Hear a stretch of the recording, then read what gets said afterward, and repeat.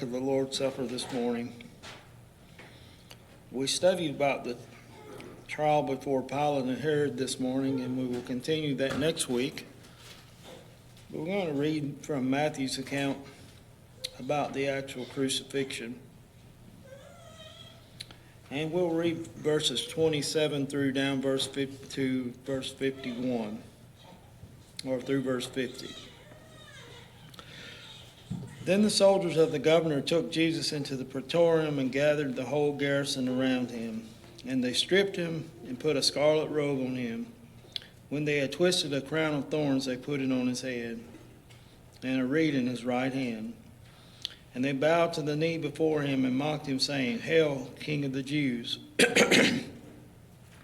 Then they spat on him and took the reed and struck him on the head. And when they had mocked him, they took the robe off him, put his own clothes on him, and led him away to be crucified. Now as they came out, they found a man of Cyrene, Simon by name. Him they compelled to bear his cross. And when they had come to a place called Golgotha, that is to say, place of a skull, they gave him sour wine mingled with gall to drink. But when he had tasted it, he would not drink.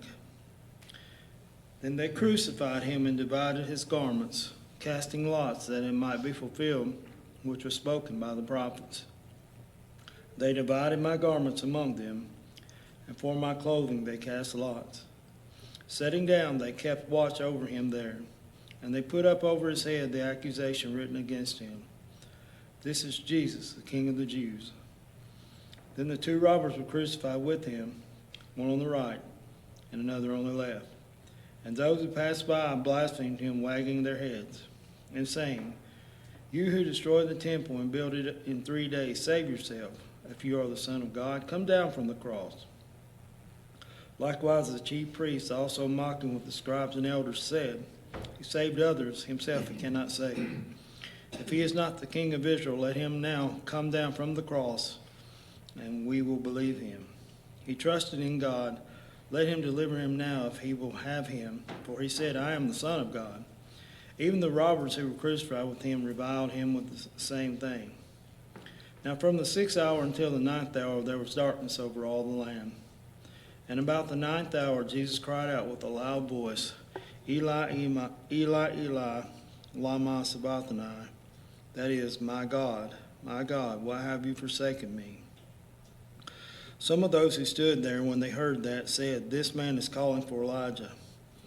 Immediately one of them ran and took a sponge, filled it with sour wine, and put it on a reed, and offered it to him to drink. The rest said, "Let him alone. Let us see if Elijah will come to save him." And Jesus cried out with a loud voice and yielded up his spirit. Let's remember the crucifixion this morning, what Jesus did for us as we partake of the Lord's Supper.